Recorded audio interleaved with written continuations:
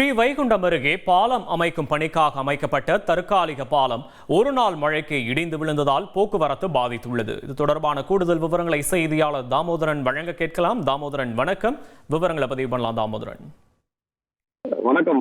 தூத்துக்குடி மாவட்டம் உட்பட 7 மாவட்டங்களில் இன்று காலை வரை பலத்த மழை இருக்கும் என்ற வானிலை ஆய்வு மையம் தெரிவித்திருந்த நிலையில ஸ்ரீவைகுண்டம் மற்றும் அதன் சுற்றுவட்டார பகுதிகளான கருங்குளம், செய்திகநல்லூர், புதுக்குடி உட்பட பல்வேறு பகுதிகளில் நேற்று இரவு முதலே பலத்த மழை பெய்து வருகிறது. இதனால் சாலையில பெருக்கெடுத்து நீர் ஓடுது.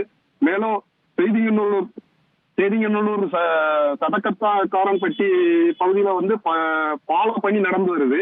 அதற்காக தற்காலிக பாலம் தான் அருகே அமைக்கப்பட்டிருந்தது.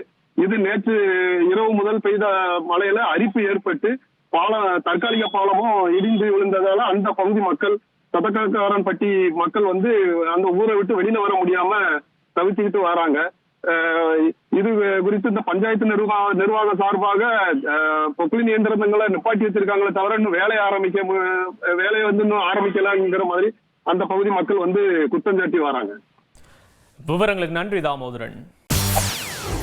செய்திகளை உடனுக்குடன் தெரிந்து கொள்ள உடனே சப்ஸ்கிரைப் பண்ணுங்க.